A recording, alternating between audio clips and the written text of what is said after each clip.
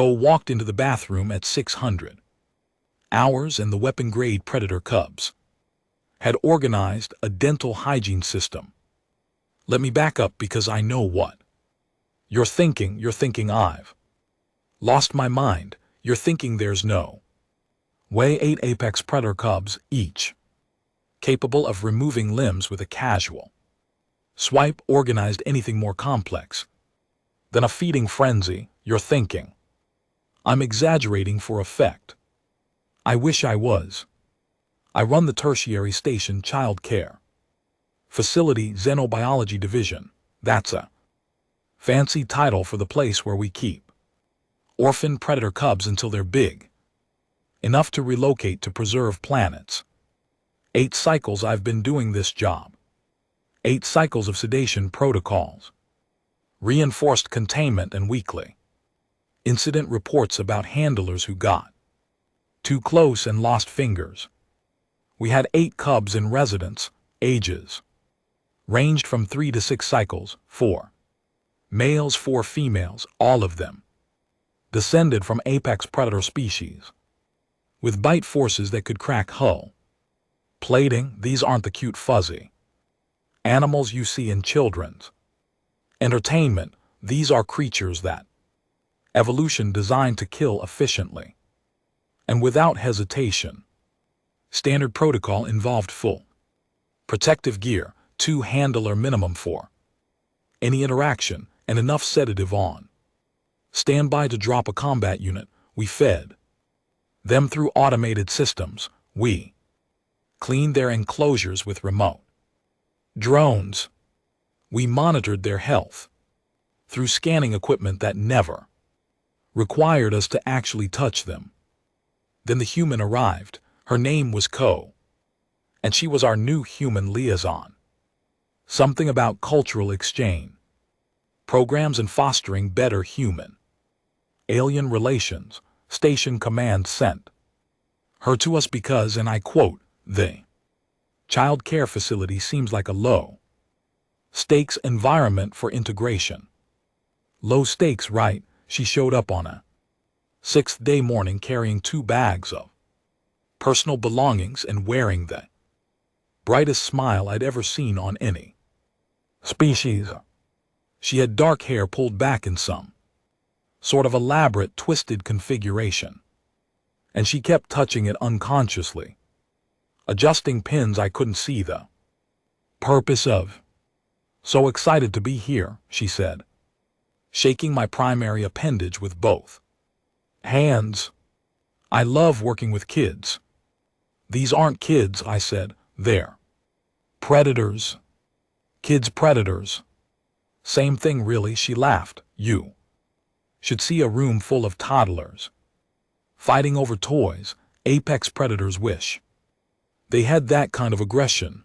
I thought she was joking. She wasn't joking. I gave her the standard orientation, showed her the feeding systems, the monitoring stations, the emergency protocols. She nodded along, asked intelligent questions about nutritional requirements and behavioral patterns. Then she asked to see the cubs. Observation deck only, I said. We don't do direct contact without sedation and full protective equipment. Sure, she said. Just want to say hello. The observation deck overlooked the main enclosure. The cubs were active, which meant they were wrestling, snarling, and generally demonstrating why their species conquered their home planets. Food chain, the smallest one maybe 3 cycles old, had the eldest pinned and was worrying at his throat in a move that would be lethal in another few cycles when her fangs finished growing in. Oh, they're gorgeous, Ko said, pressing close to the viewing panel. Look at their coats. Who's been maintaining their fur? Their fur maintains itself, I said. They're animals. Nobody's brushing them, checking for matting. These coats are going to be a disaster if someone doesn't establish a grooming routine. I stared at her. You want to brush them? Well, obviously, look at the big one. There, see how he's scratching? That's probably an impacted undercoat.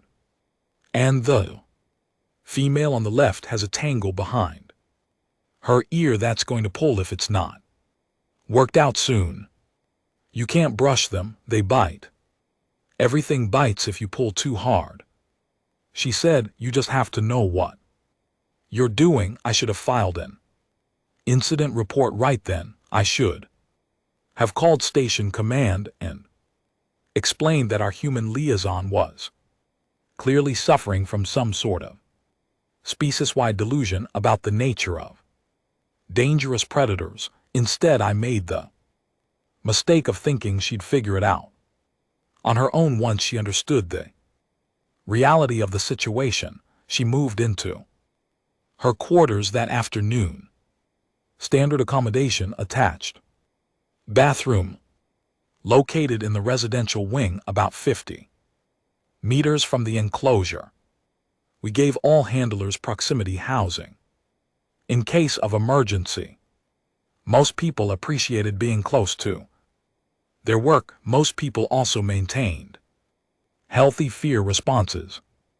The next morning, I arrived at 600 hours for shift start. Co's door was open. That wasn't unusual. What was unusual was the sound coming from inside, not screaming, not the wet, crunching noise of a predator feeding. Just water running. Normal, everyday water running. I approached carefully, checking my comm unit to make sure emergency response was on standby, peered around the door frame. Into her quarters, empty, bathroom door open. Water's still running. I should have left. I should have called for backup. Instead, I walked to the bathroom entrance and looked inside. All 8 cubs were in there in the bathroom with Co, and they were brushing their teeth. Except they weren't using toothbrushes. They were using her hair brushes. Professional-grade hair brushes, the kind with multiple bristle types and ergonomic handles. The cubs had them gripped in their paws, or in some cases their mouths, and they were mimicking the motions they'd apparently watched Co make during her own morning routine. The eldest cub, the male who usually led dominance displays, was sitting on his hunches with a paddle brush, carefully working it along his fangs. The smallest female had a round brush and was gnawing on it experimentally. The others were in various states of attempting to replicate what they thought tooth brushing looked like. Co stood at the sink calmly brushing her own teeth, watching them in the mirror. She caught my reflection and waved with her free hand. I couldn't move, couldn't speak, couldn't process what I was seeing. She finished brushing, rinsed, and turned around. Morning Thexel, so about the mess. I forgot to close the door last night, and I guess they got curious. They're in your bathroom. I managed to say, yeah, little stinkers picked the lock on the enclosure. We should probably look at upgrading security. She said this like it was a minor maintenance issue, not a catastrophic containment failure that should have resulted in multiple casualties. They picked the lock, well, potted open. Technically, the mechanism isn't very sophisticated. I can show you the weak point later. She crouched down to the nearest cub, a male with gray striped fur. You're doing it wrong, buddy. Here, let me show you. Don't touch. She took the brush from his paw. He let her, just let her. This animal that required 3 handlers and full sedation for basic health checks let a human take an object from his grasp without so much as a warning. Growl. Co demonstrated the correct brushing motion on her own teeth, then gently lifted the cub's lip and showed him where the brush should go. See, along the gum line, that's where the Plaque builds up. The cub watched her with intense focus. Then he took the brush back and attempted to replicate her technique. Much better, she said, patting his head. She patted his head, her hand unprotected by anything more substantial than her own skin, making contact with a creature that could remove that hand in less time than it took me to trigger an emergency alert. "Ko," I said very carefully, "please step away from the predators." "They're not being predatory," she said. "They're being curious. There's a difference." She stood up, surveying the bathroom full of cubs and hairbrushes. "Although I will need to get them their own brushes, these are going to be wrecked." "You're worried about your brushes. Do you know how much professional grade tools cost? I brought these from Earth." She started gathering the brushes, plucking them from paws and mouths with the casual efficiency of someone collecting toys from actual children. The cubs let her. Some of them even dropped the brushes into her waiting hand without prompting. I finally managed to move, reaching for my comm unit to call for backup. Forn needed to see this. The veterinary team needed to document this. Someone with more expertise than a child care administrator needed to explain how this was happening. "Before you call everyone over," Ko said, "maybe let me get them back to the enclosure. I don't want them getting anxious with a bunch of strangers showing up." "You're going to get them back to the enclosure?" "Sure, come on guys, field trips over." She walked toward the door. All 8 cubs followed her, just followed her, fell into a loose formation like they were out for a recreational walk, not escaped predators who should have been treating her as prey or competition. I trailed behind them, keeping my distance, watching for any sign of aggression. Nothing. The cubs trotted along beside Ko, occasionally bumping against her legs or each other, making soft chirping sounds. I'd never heard from them before. We reached the enclosure. The door was indeed compromised, the locking mechanism hanging loose where clever paws had worried it open. Ko held the door wide. "Inside, please." "Yes, all of you. Don't give me that look. You know you're not supposed to be in the residential wing." They went inside, all 8 of them, filing through the door without hesitation or resistance. Ko closed the door behind them, examined the broken lock inside. "I'll ask maintenance to fix this. In the meantime, I can rig something sturdier."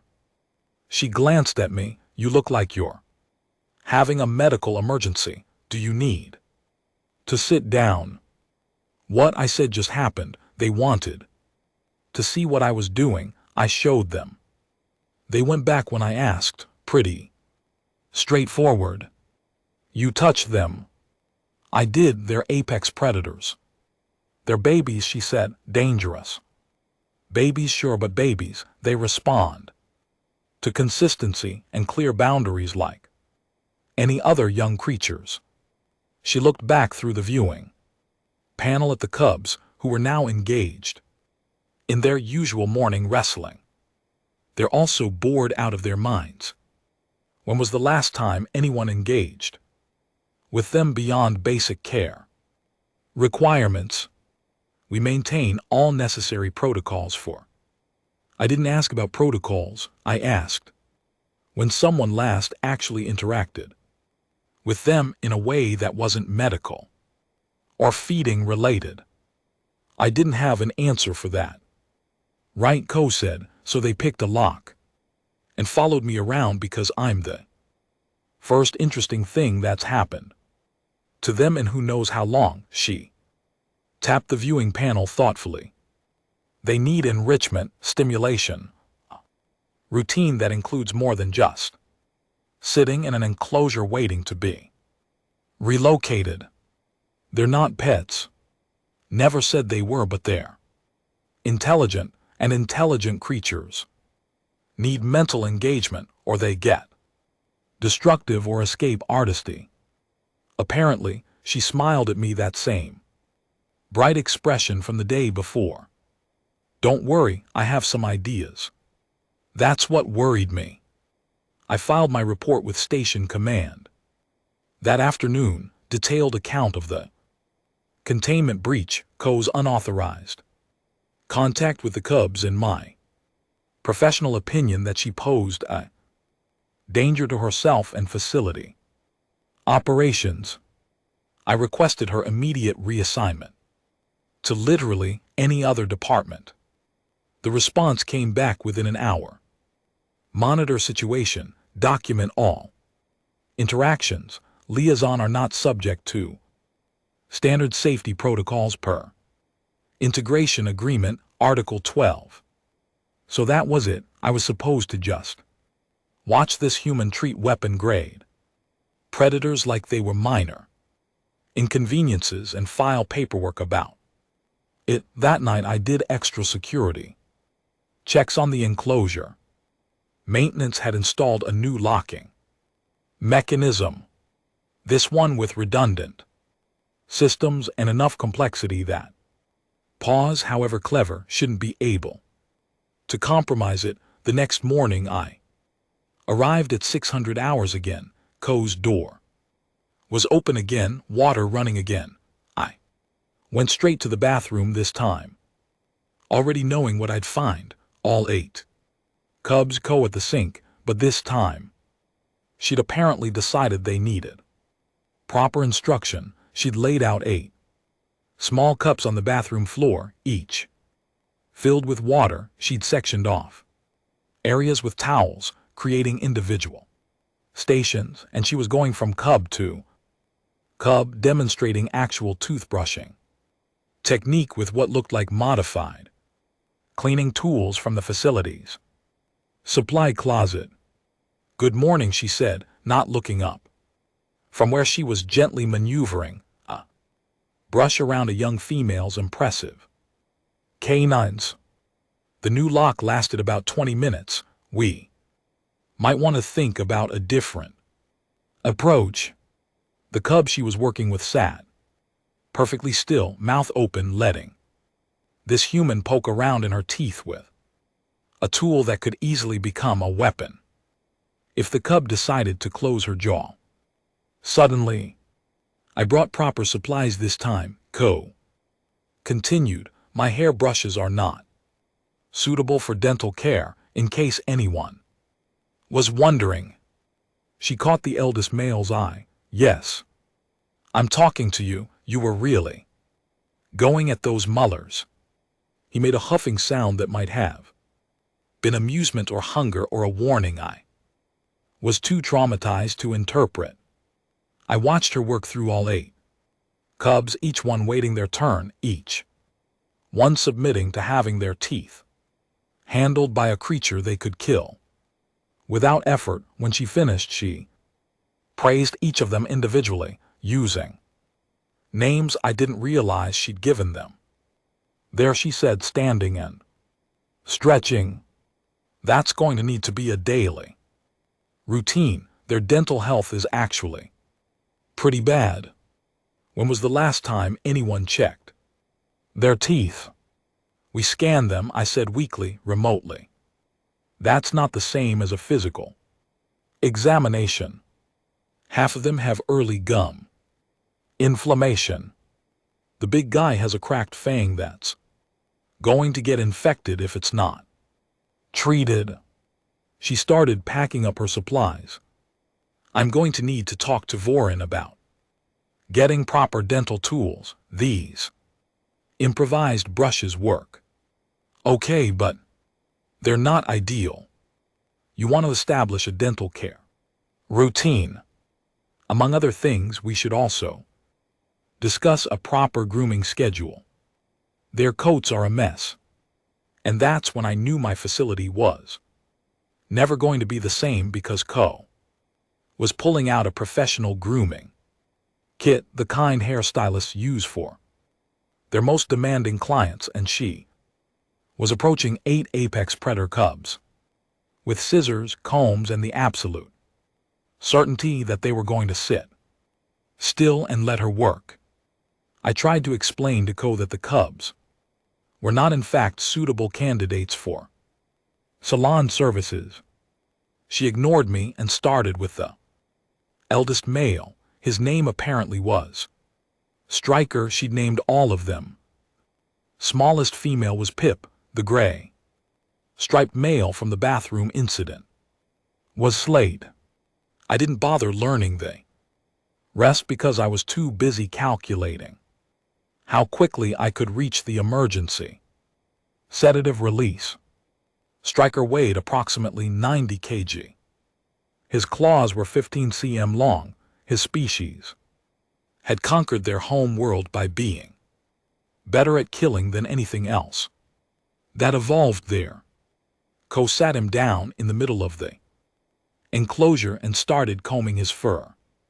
He let her. I watched through the observation panel, comm unit in hand, waiting for the inevitable moment when his predator instincts kicked in, and I'd need to explain to station command why our human liaison was missing several important body parts. That moment never came. Instead, Striker leaned into the brush strokes, making a rumbling sound deep in his chest that our monitoring equipment had never recorded before. Ko worked through a mat behind his shoulder, talking to him the entire time. I know this part's uncomfortable. You should have said something sooner. How long has this been pulling? There we go, almost through it. You're being very brave. She said this to an apex predator. She called him brave for tolerating a grooming session. The worst part was that he responded to it. When she praised him, his ears perked up. When she found a particularly bad tangle, he held still and waited for her to work through it instead of, I don't know, removing her arms. This is impossible, I said to Voran, who'd arrived an hour into what Ko was calling spa day. Voran was our lead veterinary specialist, 6 cycles of education, 2 advanced degrees in xenobiology, a career built on understanding predator behavior and physiology. He watched Ko move on to the second cub and said, I have no explanation for this. You're the expert. Experts rely on predictable patterns. Nothing about this is predictable. He pulled up the behavioral data on his tablet. Look at their stress hormones. Elevated but not in the danger zone. This reads like what? Like they're enjoying it. He sounded offended by his own conclusion. Ko had moved on to Pip, the smallest female. Pip had always been the most aggressive during handling, fighting, sedation, and snapping at anyone who came near her. She was also, according to Ko's assessment, severely matted and probably itchy as hell. Poor baby. Pip sat in Ko's lap, sat in her lap. Ko worked a conditioning treatment through Pip's fur, explaining to her that this is going to make you feel so much better. Just trust me on this one. Pip started purring. They don't purr, Voran said flatly. Their species doesn't have the physiological structure for purring. The purring continued, clearly audible through the audio monitors. I'm adding that to the report, I said. Add this too. Voran pulled up another data stream. They've arranged themselves in a queue, a voluntary queue for grooming services. He was right. The other 6 cubs had lined up behind Pip, waiting their turns, with the kind of patience that should have been impossible for predators their age. Occasionally one would try to push ahead and another would huff at them, and they'd settle back into position. They're organizing themselves, I said, based on a social structure that didn't exist yesterday. Voron added, she's created a hierarchy in under 48 hours. Co finished with Pip and moved to the next cub in line. Slate, you're up, let's do something about that undercoat. Slate trotted over and presented. Flank for inspection. You're trained as a veterinarian, I said. To Voron, go in there, show me this is replicable behavior with someone other than the human. Voron looked at me, looked at the enclosure, looked back at me. Absolutely not, you work with them regularly, under sedation with backup, wearing protective equipment that could stop a projectile weapon. He gestured at Ko, who was now trimming fur around Slate's paws while he held perfectly still.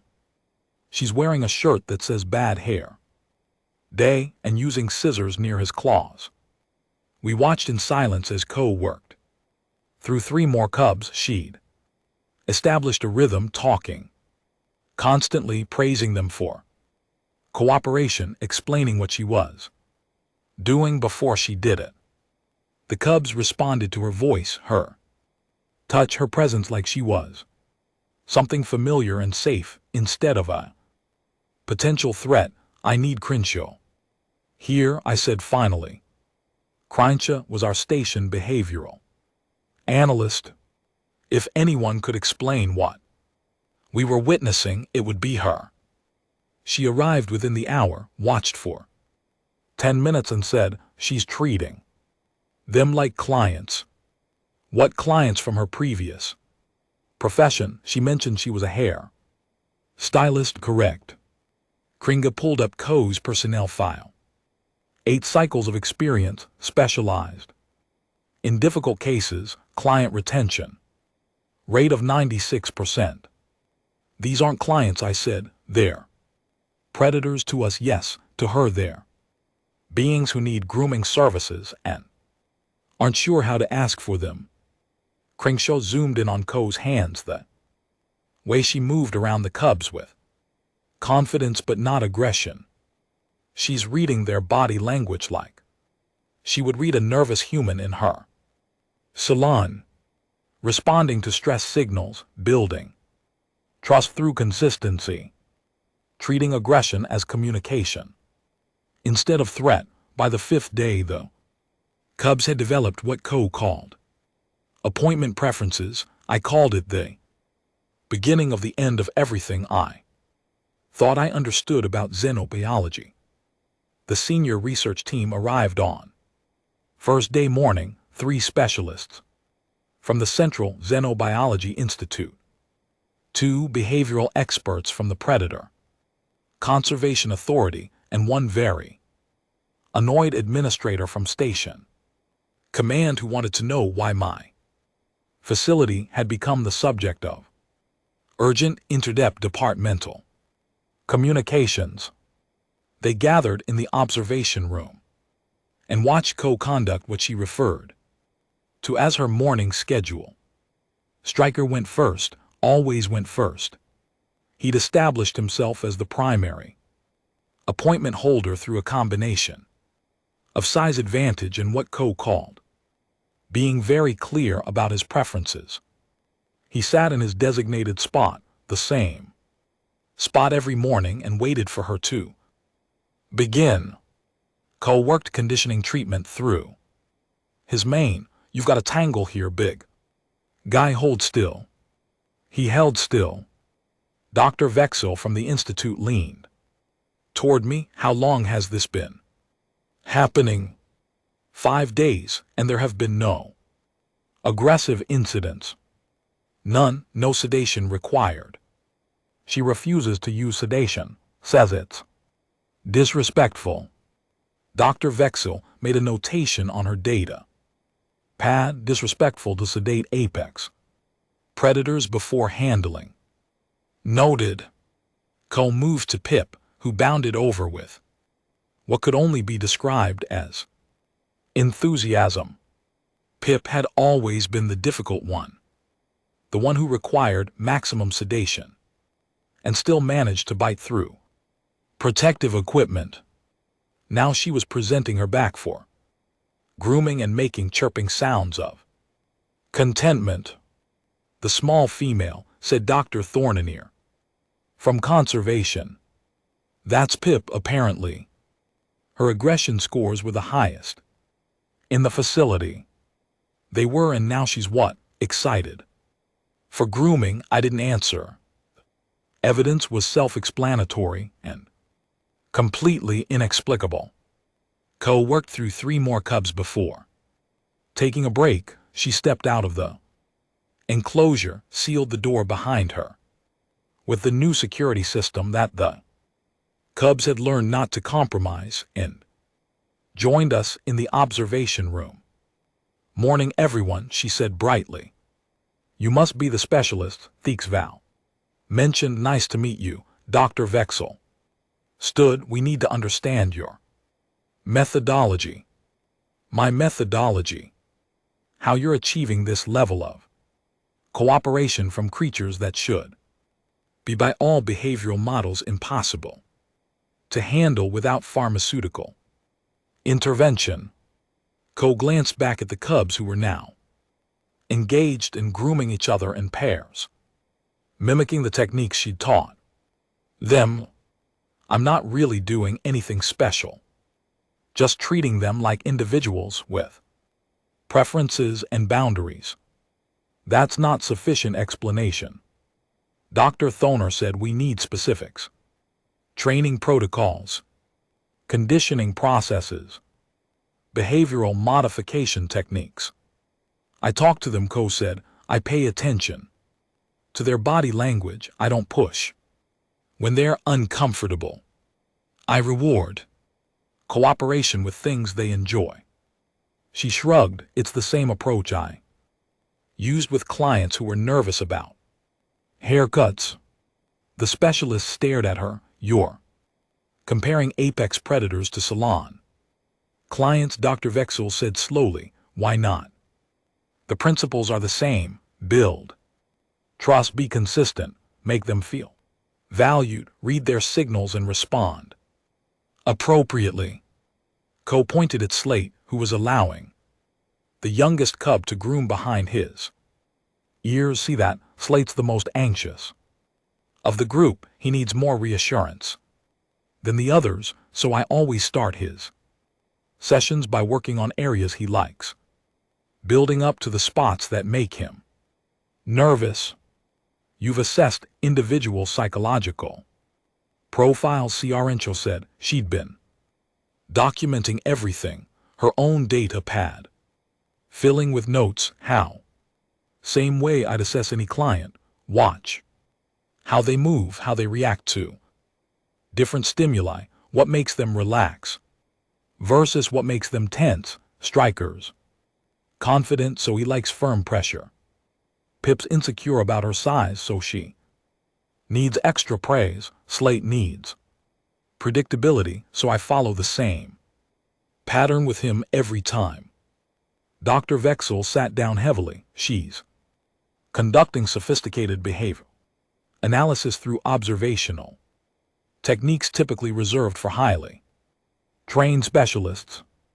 I'm a hairstylist, Co corrected. I'm good at reading people, or beings, whatever.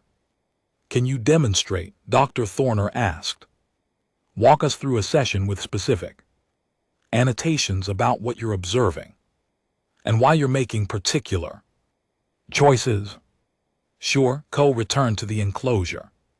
The specialist crowded the observation window. She called for the gray-striped female whose name I'd learned was Frost.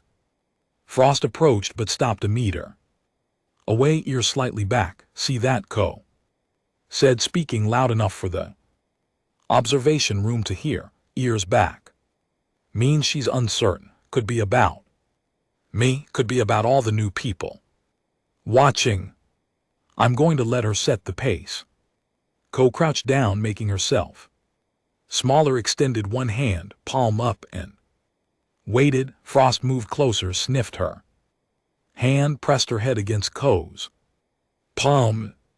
There's the signal she's ready. I'm going to start with her favorite spot, which is right here behind her jaw. Ko scratched the indicated area and Frost's eyes half closed. This is her comfort zone. Once she's relaxed, I can move to more sensitive areas. She worked slowly, narrating each decision, when to apply more pressure, when to back off, how to recognize the difference between contentment sounds and early warning growls. The specialists recorded everything. Then Ko did something that made Voron actually vocalize alarm through the comm system. She held up a brush and made a specific gesture with her free hand, a sort of circular motion near Frost's flank. Frost turned and presented her flank. What Dr. Vexel said was that communication system, Ko said casually. We've been working on it. I show them what I want to do. They indicate yes or no. They indicate sure. Watch. Ko made a different gesture, pointing toward Frost's tail. Frost's ears flattened and she made a low sound. That's a no, Ko said. She doesn't like having her tail groomed. I respect that.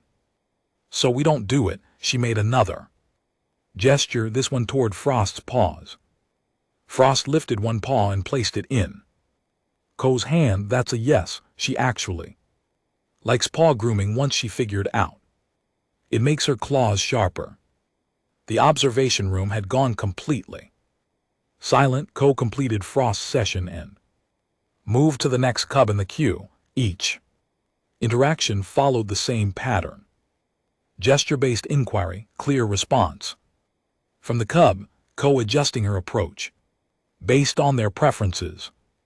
They've developed a proto-language, Ciarencho whispered, in 5 days. Functional communication system between species. Based on grooming vocabulary, I added. Because apparently we were just accepting impossible things. Now, Dr. Vexel was typing frantically on her data pad.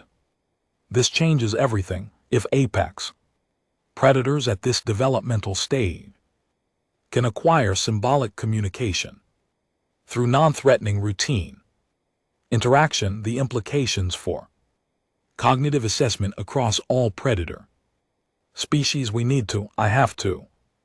She stopped talking and just stared as the youngest cub, a male named Patch, who couldn't have been more than 3 cycles old, approached Stryker with a brush in his mouth. Stryker, the dominant male, the one who'd established clear hierarchy through size and aggression, lowered his head. Patch began grooming him. That's impossible, Dr. Thonner said. Juveniles don't groom adults in this species. The hierarchy doesn't work that way. Adults are groomed by subordinates of similar age, never by younger cubs. Nobody told them that, Ko said. Patch asked if he could try grooming Stryker yesterday. Stryker said yes, they've been practicing. The juvenile asked permission with the gesture system. Yeah, made the inquiry. Signal waited for response. Stryker could have said no, he didn't. Ko watched the 2 cubs with obvious pride. Patch is getting pretty good at it too. His technique needs work, but he's got the right instinct. We watch Patch work carefully through Stryker's mane, the massive predator, remaining perfectly still under the ministrations of a cub a third his size. When Patch finished, Stryker made a rumbling sound and gently bumped his head against Patch's shoulder. That's approval, Ko translated. Stryker's telling him he did well. They're teaching each other, Arshaw said, transferring learned behaviors through the social structure she established. This is beyond anything documented in predator development research. Dr. Vexel looked at Ko. Do they understand that what they're learning has applications beyond grooming? What do you mean? The communication system, the social cooperation, the trust building, these are foundational skills for complex society. Are they generalizing these lessons to other contexts? Ko thought about it. Maybe. Yesterday, Pip and Slate had a disagreement about sleeping spots instead of fighting like they used to. Pip made the inquiry. Gesture and Slate made the response. Gesture and they worked it out without any intervention from me. Conflict resolution through established communication protocols, Dr. Thorniner said, replacing aggression with negotiation and predators. They're smart, Ko said. They just needed someone to give them tools for expressing themselves, like Frost was always snapping at people because nobody understood she was asking for personal space. Once I taught her how to signal not now. The snapping stopped. You taught her to set boundaries. Of course, everyone deserves boundaries. Dr. Vexel stood abruptly. I need to contact the Institute. This facility needs to be reclassified immediately. These aren't just cubs awaiting relocation. They're participating in an active cognitive development study of unprecedented significance. They're just getting groomed, Ko said. No, Crenshaw said quietly. They're becoming something their species has never been before. You've given them a foundation for complex social interaction that bypasses predator instinct entirely. You've created a bridge between biological programming and learned behavior that shouldn't be possible at their developmental stage. Ko looked back at the cubs who were now organizing themselves into grooming pairs without her direction, using the gesture system to coordinate who worked with whom. I just wanted them to have nice coats, she said. Stryker made a specific gesture toward the observation window. Ko laughed. He's asking if we're done talking so he can have his post-grooming treat. He's requesting something specific, Dr. Vexel said with expectation of response. That's that symbolic thought. That's language. It's a snack request, Ko said, but she was already moving toward the supply cabinet where she kept the treats she'd been using as rewards. Stryker watched her go, then made another gesture to the other cubs. They all moved to their designated feeding spots and sat down. He'd just given them an instruction and they'd followed it. We need to redesign the entire relocation program, Dr. Thorner said. They can't be separated, not with these social bonds, not with this communication system. They'll regress or teach it to others, Crenshaw added. If they can learn it, other cubs can learn it. This could spread. I looked at Ko, who was distributing treats to 8 apex predators who were waiting patiently and making polite request gestures instead of fighting for dominance. What have you done? I asked her. She smiled, giving them a reason to ask. Nicely.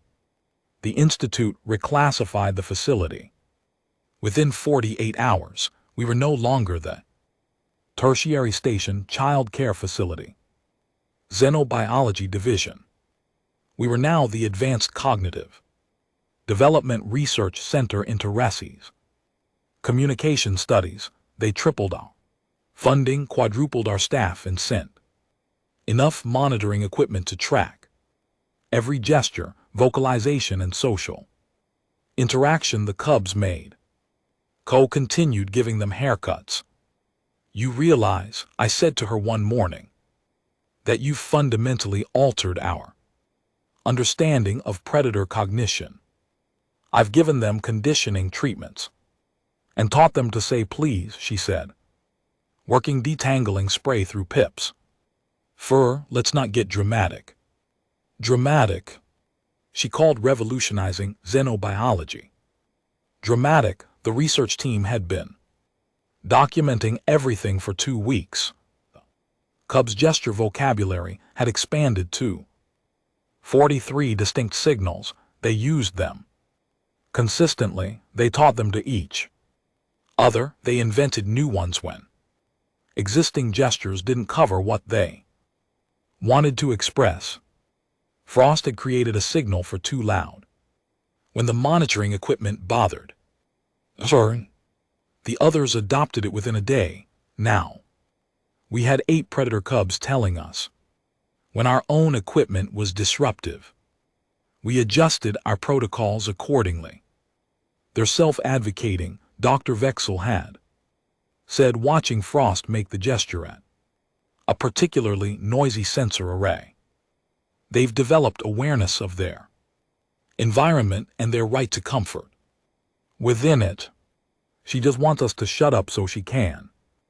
Napco had replied. The most significant development came on a 3rd day morning. I arrived for shift start and found Voron standing at the observation window with an expression I'd never seen on him before. It might have been wonder, it might have been existential crisis.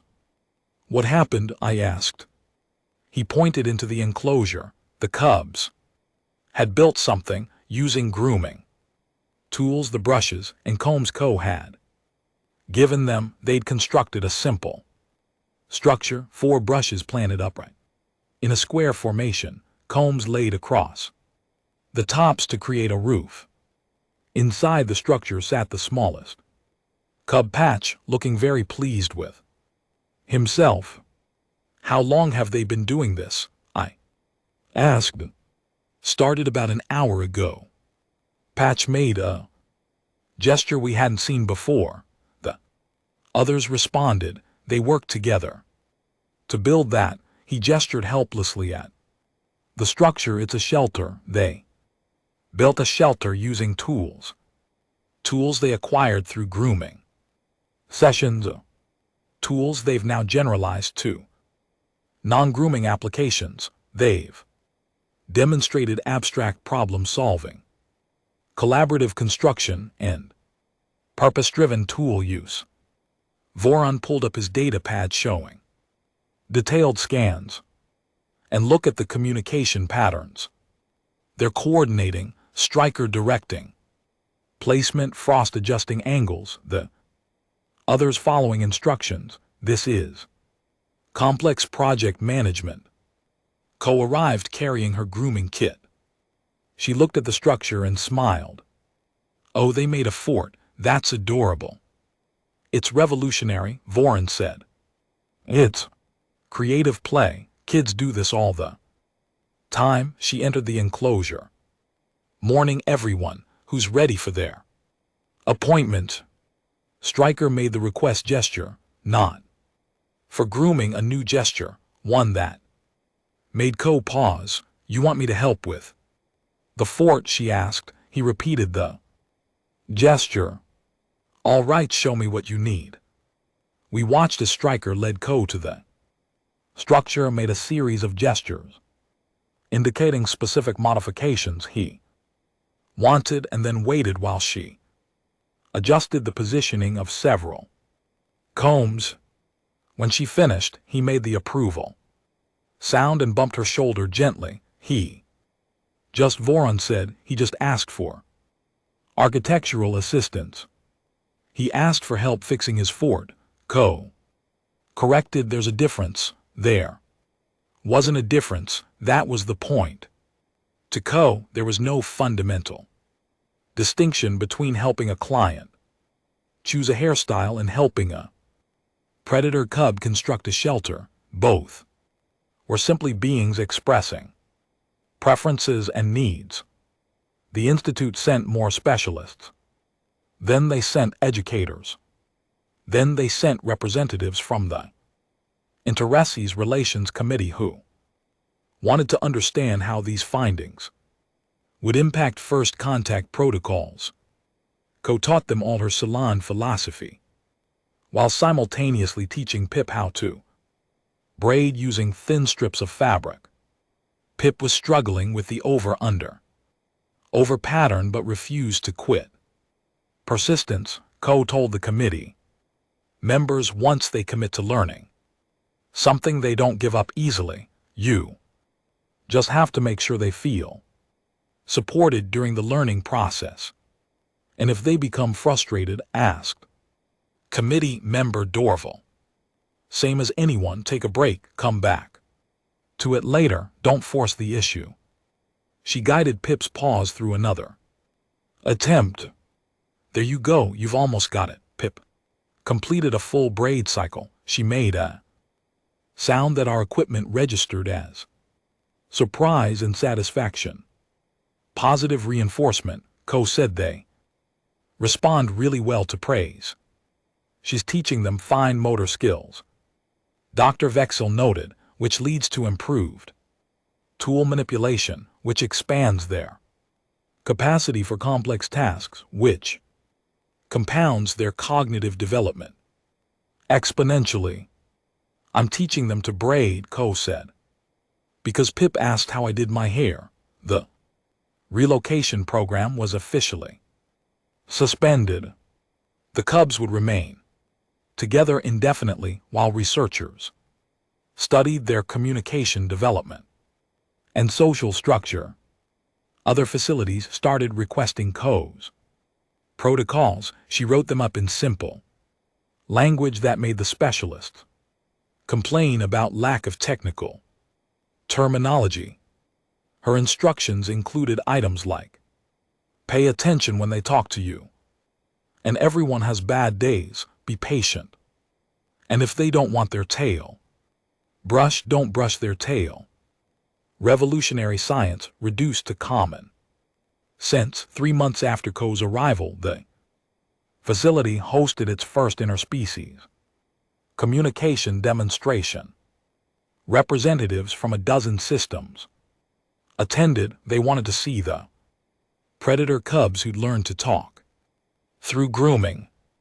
Co ran her morning appointments as usual.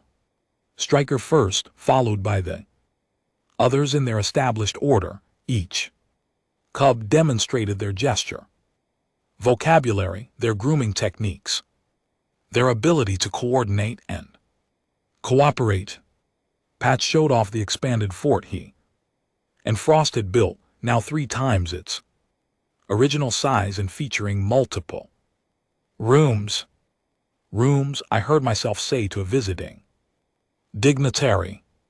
They've created rooms, defined spaces with specific purposes. We have apex predators engaging in urban planning. The dignitary watched Pip successfully complete a braid and immediately teach the technique to the cub next to her. How long until they're ready for formal integration? Integration into what? Society, communication with other species, participation in broader civilization. If they've achieved this level of development, surely they could, they should. I looked at Co, who was praising Slate for holding still during a difficult detangle. They're 4 cycles old, I said. They're children. Children who have demonstrated cognitive abilities beyond their evolutionary design, because someone treated them like they had potential instead of like they had fangs. After the demonstration, after the dignitaries left and the specialists returned to their documentation, I found Co in her usual spot outside the enclosure. The cubs were settling down for rest. Grooming each other in pairs, using the techniques she taught them. You know what you've done right? I asked her, given them nice coats. Changed everything. Predator cognition. Interspecies relations are fundamental. Understanding of nature versus nurture. You've proven that complex social behavior can be taught across any species barrier with the right approach. She watched Stryker gently correct Patch's grooming technique on one of the younger females. I showed them how to brush their fur and say please. They did the rest themselves. That's not nothing, never said it was. She stood gathering her supplies. They just needed someone to believe they could learn. Once they knew someone expected better from them, they rose to meet it. Salon philosophy. Salon philosophy, she agreed, works every time. I filed my final report that evening. Detailed account of 3 months of impossible developments from bathroom toothbrushing to complex communication systems. My conclusion was simple. Sometimes revolution looks like everyday kindness. Sometimes the most sophisticated science is just paying attention to what someone needs, and sometimes the most dangerous predators in known space just need a good haircut and someone willing to teach them how to ask for one. The next morning, I arrived to find Co's door open and water running. I walked to the bathroom without hesitation this time. All 8 cubs were lined up at their stations. They'd organized morning appointments themselves. They were arguing using their gesture system about who'd gotten conditioning treatment last and whose turn it was for detangling spray. Co-refereed the dispute with the same calm authority she'd shown from day one. Pip, you had conditioning yesterday. Frost gets it today. No, Stryker, you can't have it every day. We've discussed this. This was my facility now, not cubs awaiting relocation, not predators in containment, just 8 very opinionated individuals with complex personalities and strong feelings about hair care products. I couldn't say I minded.